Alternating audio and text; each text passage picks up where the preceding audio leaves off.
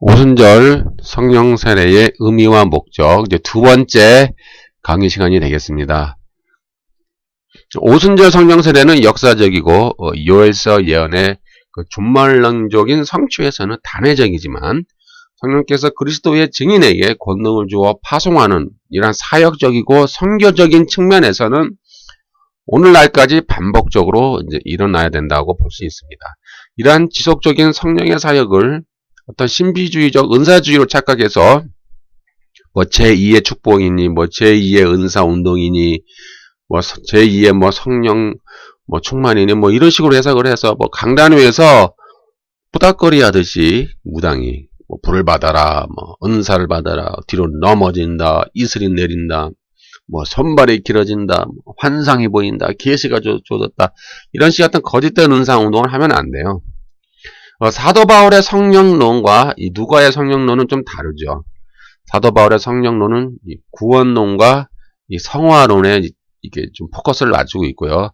그런 말미암아 성령의 열매 쪽으로 기술을 하고 있다고 한다면, 누가의 성령론은 누가복음에서 사도행전까지 쭉 보면요, 주님의 오심부터 주의 재림하시기 전까지 성령은 증인의 사역을 계속 사역하고 계시며, 요엘서에 나오는 성령의 준말론적 사역인 권능을 받는 증인이 되는 사역이 지금도 지속되고 있으며, 임박한 준말론적 심판의 경고가 지금도 성취되고 있으며, 성령은 지금도 증인을 파송하고 계시고, 성령은 지금도 증인에게 권능을 주고 계시며, 성령은 지금도 주님이 했던 일과 그보다도 더 큰 일도 하도록 증인이 되는 권세를 주시고 있다는 사실입니다.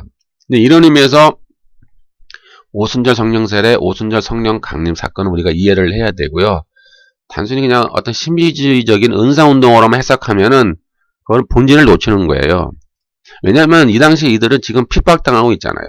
고난과 환란 속에서 지금 주의 복음을 전하고 있는 거예요. 그들에게 그러니까 성령이 주셔서 너희는 위축되지 말아라, 두려워하지 마라, 하나님 나라의 그 소망과 환상과 꿈을 가지고 너에게 성령께서 권능을 주시니 그 권능을 가지고 너희는 담대히 너는 세상에 나아가 증인이 되어라 라고 하는 그 증인이 되는 사역과 연관을 시키셔야 돼요. 이것이 본질입니다. 이 본질을 놓치면은 이상한 신비주의적인 체험을 위주로 간단 말이에요. 이것은 성경에서 말하고 하는 본질을 놓치는 겁니다. 그래서 오늘 이어질 강의는 이러한 성령 세례가 이제 반복적으로 이루어지고 있다. 사도행전 2장의 오순절 성령 세례 사건 이후에도 사도행전을 가만히 봤더니 그 이후에도 그런 유사한 성령 충만과 성령 세례 사건들이 이루어지고 있더라. 그 이유는 무엇이냐? 바로 담대히 증인의 사역을 하고 있음을 지금 보여주고 있다라는 거예요. 사도행전을 보았더니. 그러니까 성령이 임하는 것은, 사도행전에서 성령이 임하는 것은 그들이 증인이 되는 것과 연관을 시켜서 사도행전에서 기술을 하고 있는 거예요. 그러니까 요것을 놓치면 안 된다라는 거예요. 먼저요, 사도행전 4장 29절에서 31절까지 보면은, 주여 이제도 저희 위협함을 하감하옵시고 또 종들로 하여금 담대히 하나님의 말씀을 전하게 하여 주옵시며 손을 내밀어 병을 낫게 하옵시고 표적과 기사가 거룩한 종 예수의 이름으로 이루어지게 하옵소서 하더라. 빌기를 다함에 모인 곳이 진동하더니 무리가 다 성령이 충만하여, 진동이 나오죠. 진동. 충만하여 담대히 하나님 말씀을 전하니라.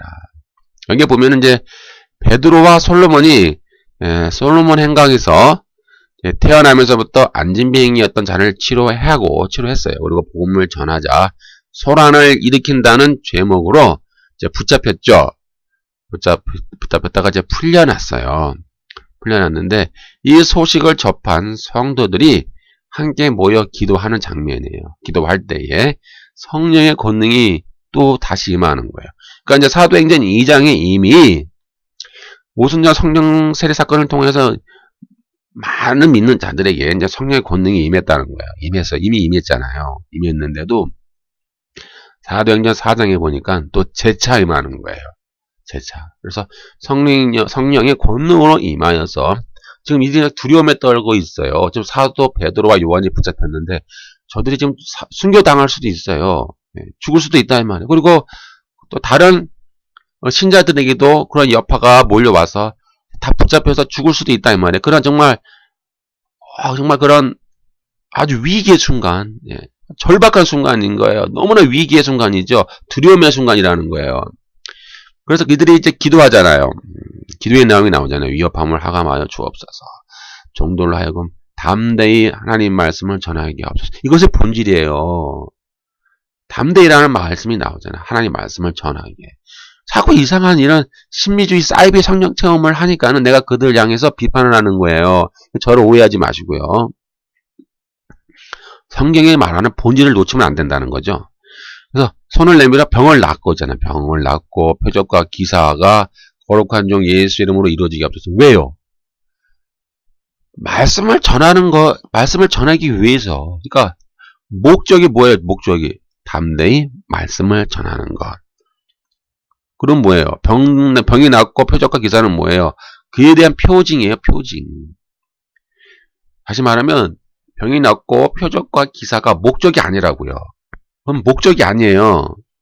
목적이 아니고 목적은 담대히 하나님 말씀을 전하는 것. 이것이 목적이라 이 말이에요. 그러니까 그렇게 기도했더니 모인 곳이 진동해요. 진동이라는 말이 뭐예요? 그 오순절 성령 강림 사건이 비슷하잖아요. 막 진동하잖아요. 진동하고 우리가 다시 성령의 충만함을 입는 거예요. 다시요. 그들은 이미 성령 충만을 받은 자들이었어요. 그러나 또다시 임하고 담대히 하나님 말씀을 전하니라 이 말이에요. 그러니까 담대히. 그러니까 오늘날 우리에게도 성령이 이 오순절 성령 강림 사건은 지속적으로 일어나는 거예요. 왜요? 담대히 하나님 말씀을 전하라. 너희도 두려워하지 말라. 세상 사람이 너희를 조롱하고 비박을 해도 절대 위축되거나 두려워하거나 소심하게 나가지 마라. 담대히 말씀을 전하라. 그런 의미에서 오늘날도 지금도 계속 성령 세례, 오순절 성령 세례, 성령 강림 사건이 일어나는 거예요. 두 번째를 보면은 사도행전 8장 12절 빌립이 하나님 나라와 및 예수 그리스도의 이름에 관하여 전도함을 그들이 믿고 남녀가 다 세례를 받으니. 이제 빌립이요 사마리아로 내려갑니다. 그래서 복음을 전해요. 그러면서 귀신을 쫓아내고 중풍병자와 안진뱅이를 치료할 때에 이제 복음을 믿고 이제 물 세례를 받는 성도들이 생겨났어요. 그럴 때에 베드로와 요한이 거기에 갑니다. 그리고 그들에게 안수를 해요. 그러자 그들에게 성령이 이제 임합니다. 사도행전 8장 14절에서 17절 예루살렘에 있는 사도들이 사마리아도 하나님의 말씀을 받았다 함을 듣고 베드로와 요한을 보내매 그들이 내려가서 저희를 위하여 성령 받기를 기도하니 이는 아직 한 사람에게도 성령 내리신 일이 없고 오직 주 예수의 이름으로 세례만 받을 뿐이더라.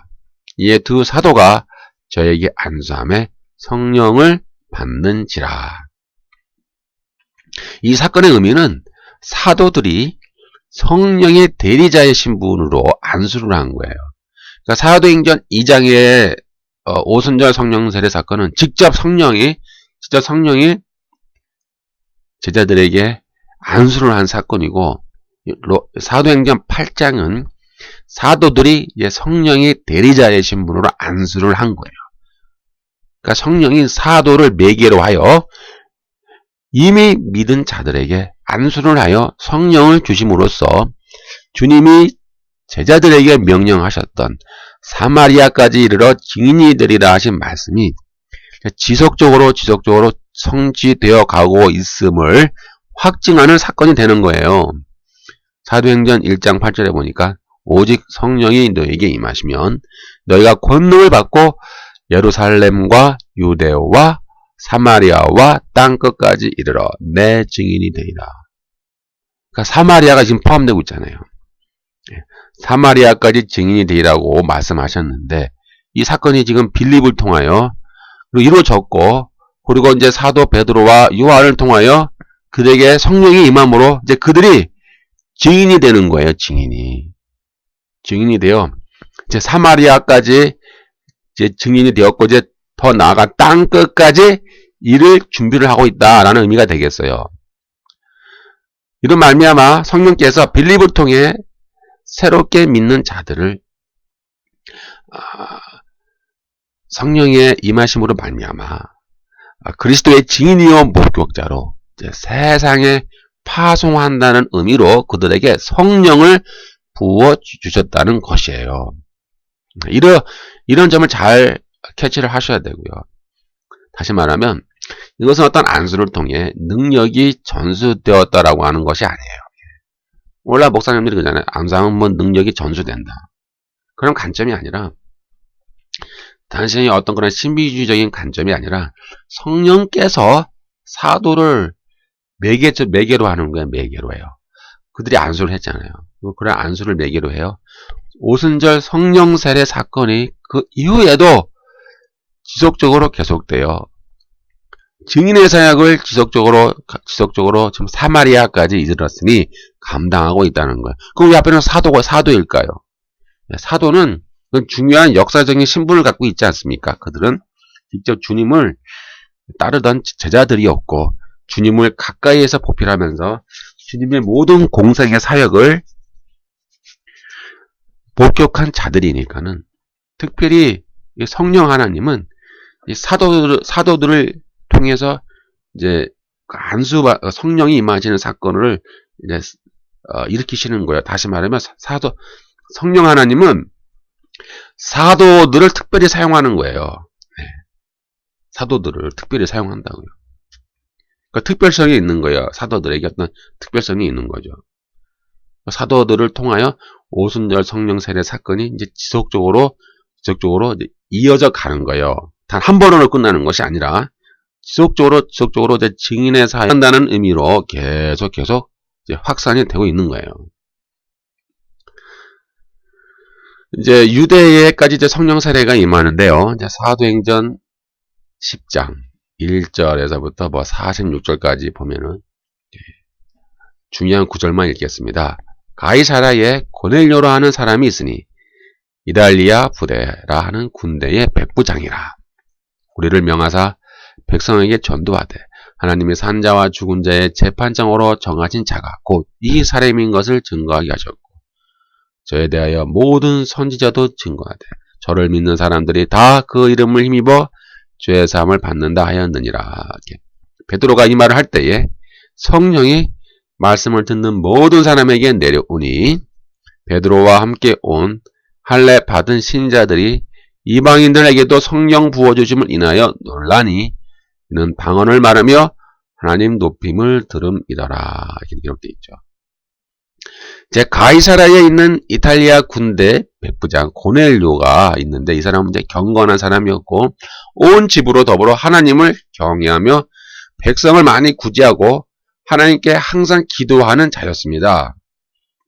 그랬는데 이제 요파에 있는 베드로를 청해서 복음을 듣고 고넬료의 일가와 친구들에게 성령이 임하게 되었죠. 이 사건은 베드로가 이방인에 대한 편견을 깨고, 편견이 있어요.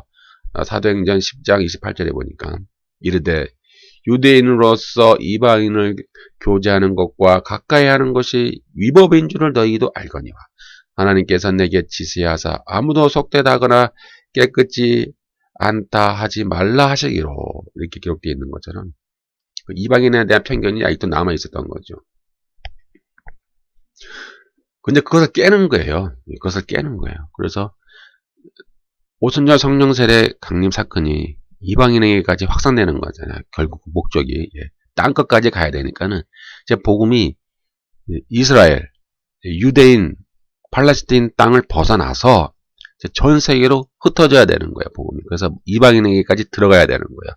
그런 의미로 이제 고넬료가 고넬료 사건이 나오는 거죠.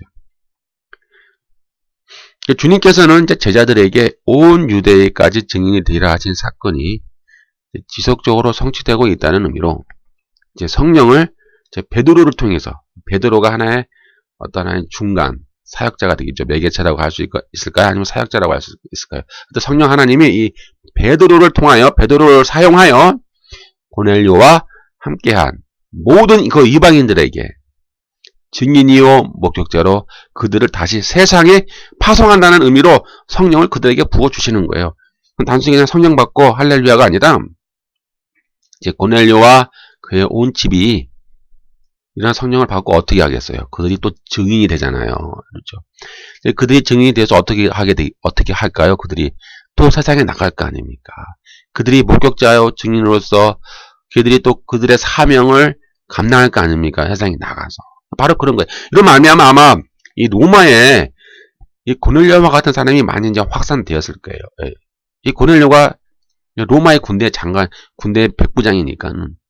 네, 아마도 잘 모르겠지만은 이런 고넬료와 그의 가족들이, 신자들이 또 그의 어떤 친구들과 그럼 다 거의 그 이탈리아, 로마 사람들이 모여서 이제 복음을 듣고 그들에게 성령이 임했기 때문에 이제 그들이 직접 로마로 들어가서 로마 사람들에게 그들이 복음을 전했고 증인이 되었다라는 거예요. 특히 이들이 이제 또한 군인이 신분이니까는 이제 군대 내부 안에 많은 어떤 장교들이 있겠죠. 예. 장교들과 또 군인들, 사병들이 있지 않겠습니까? 이제 그들에게 증인이 되는 사역들이 확산되었을 것이다 하고 우리는 이제 보는 겁니다.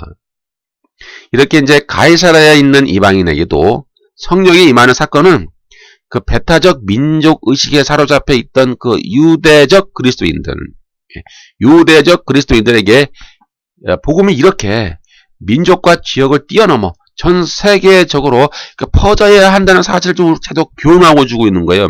아직까지도 이 당시에는 좀 두려워하고 있었던 것 같아요. 유대 그리스도인들이 아직까지도 이 전 세계로 이렇게 나가는 것을 좀 두려워하고 좀 아직도 그 율법이라고 하는 그 습관 틀에 아직 갇혀 있기 때문에 완전히 벗어나지 않았기 때문에 좀 두려워했던 것 같아요. 그러니까 이제 그것을 깨는 거예요. 자꾸 성령님이 깨는 거예요. 깨는 도구로 사도 베드로를 성령 하나님이 사용하시는 거죠.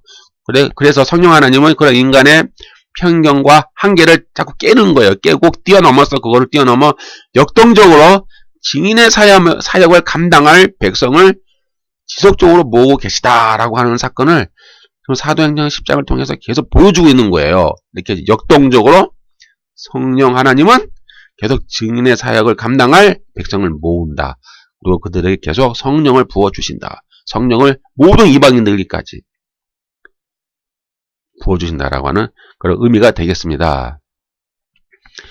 사도행전 19장 1절에서 6절까지 보면은 아볼로가 고린도에 있을 때에 바울이 윗지방으로 다녀 에베소에 와서 어떤 제자들을 만나 가로되 너희가 믿을 때 성령을 받았느냐 가로되 아니라 우리는 성령이 있음도 듣지 못하였노라. 바울이 가로되 그러면 너희가 무슨 세례를 받았느냐 대답하되 요한의 세례로다.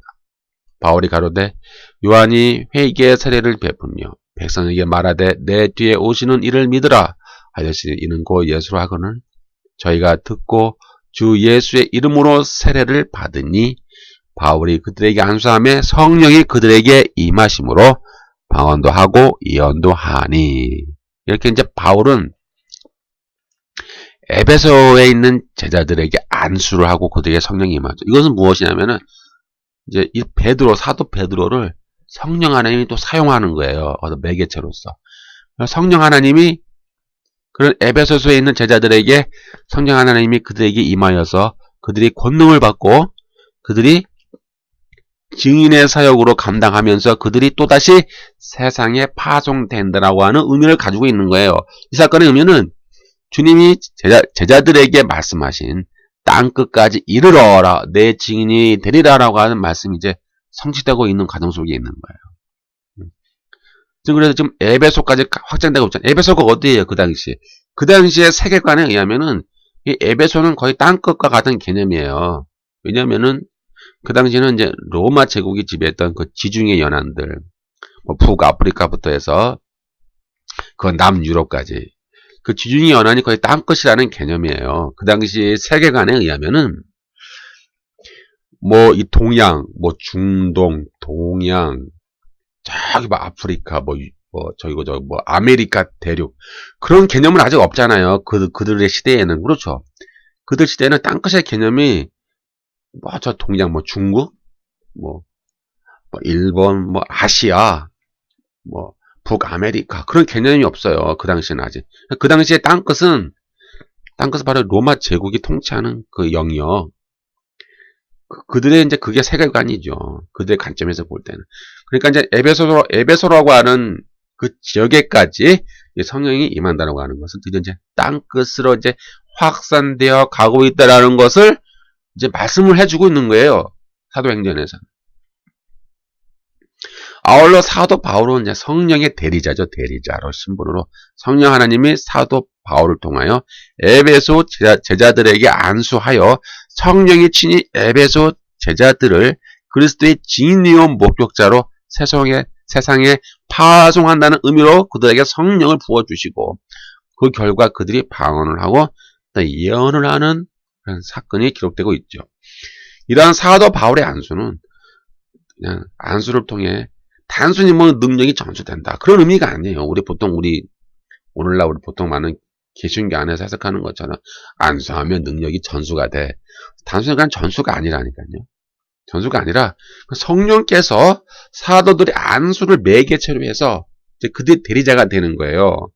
대리자 또 매개체로 돼서 오순절 성령 사건이 한 번으로 끝나는 것이 아니라 그 이후에도 저 멀리 이방인 지역, 로마 제국이 통치하는 저 에베소까지, 즉 땅끝까지 지속적으로 계속되어 지금 저들이 증인의 사역을 감당하고 있다라고 하는 그 의미로 알아야 돼요. 그 의미를 놓치면 안 되는 거예요.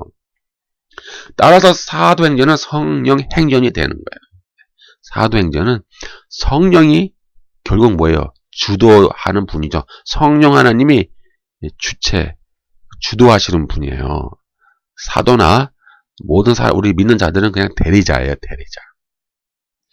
성령께서 사도들을 통해 사도가 이제 안수함으로써 사도의 어떤 그 대리적으로 이러한 것을 대리적 대신 성령님 대신 그러니까 사도들을 통해 대리적으로 일한 것을 이 사도행전은 기록을 하는 거예요. 다시 말씀드리면 성령께서 사도들 대신하여 지금도 일하고 있다라고 하는 의미로 사도행전에서 계속 이렇게 성령 하나님의 사역을 기록하고 있는 거예요. 이것은 사도들이 뭐 능력을 많이 받았기 때문에 사도들이 주체가 돼서 사도들이 그들에게 성령 사역을 주는 게 절대 아니에요. 뭐 능력 많은 주의 종이 안수를 통해서 그들에게 능력을 막 주는 게 아니에요. 그렇게 이해하면 안 돼요. 성령께서 사도들을 통하여 사도들을 대리자로 사역을 시키는 거예요. 쉽게 얘기해서 성령 하나님이. 그래서 성령께서 제자들을 택하시는 거예요. 사도들을 통하여 성령 사례를 그리고 그들에게 주는 거예요. 성령 하나님이 성령 사례를 그들에게 주어서 그들을 증인으로 직접 파송하시는 거예요. 성령 하나님이 사도가 파송하는 게 아니라 이 본질을 놓치면 안 돼요.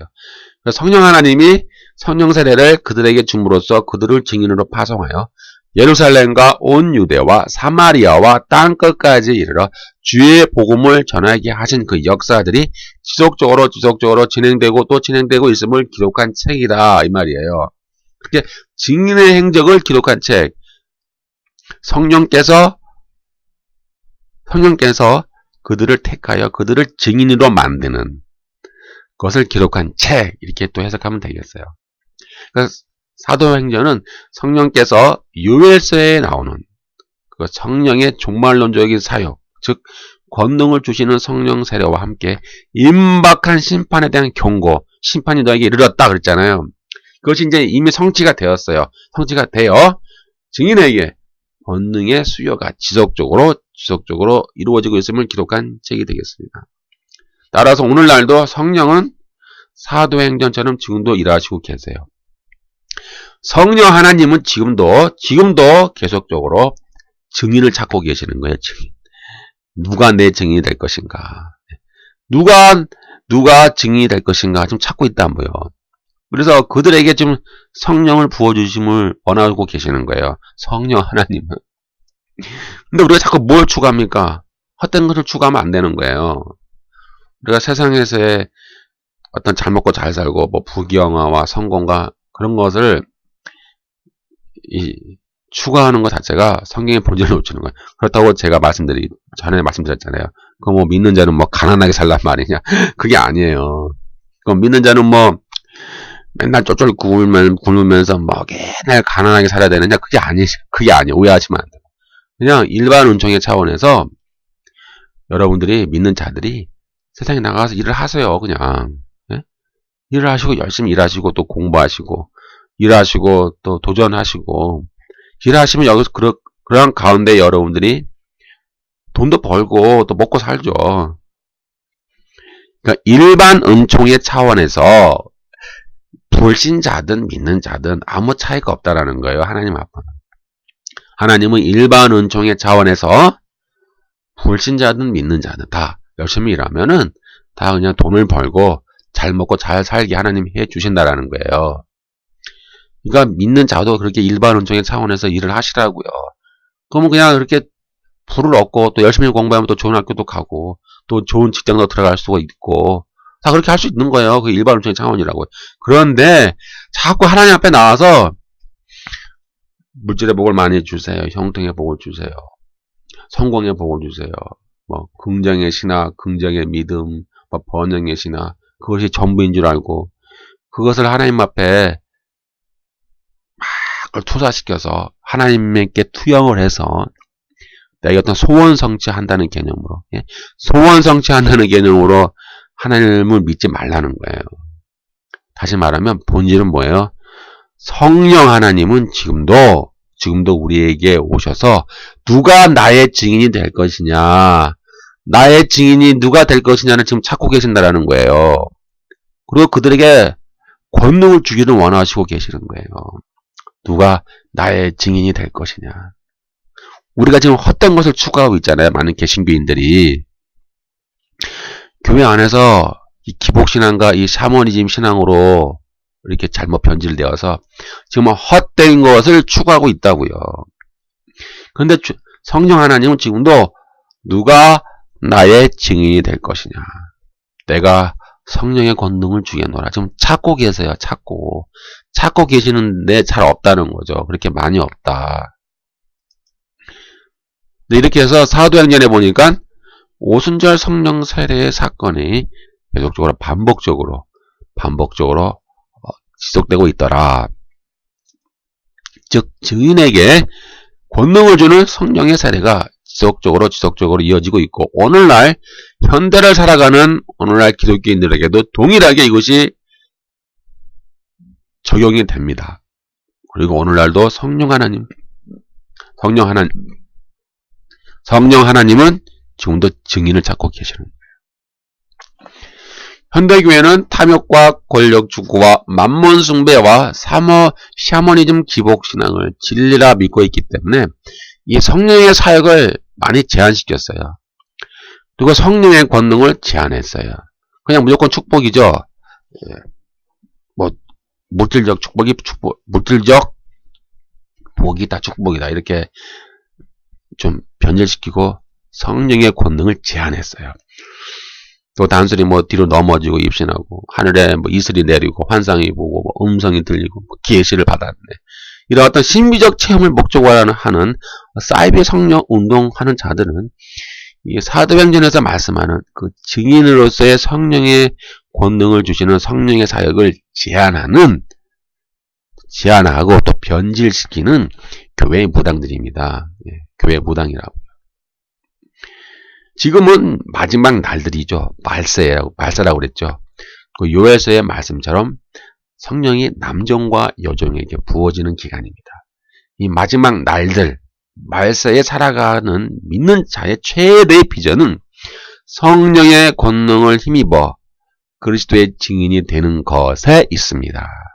이 마지막 날들에 살아가는 믿는 자의 최대 삶의 목적은 성령의 권능을 통한 증인이 됨에 있습니다.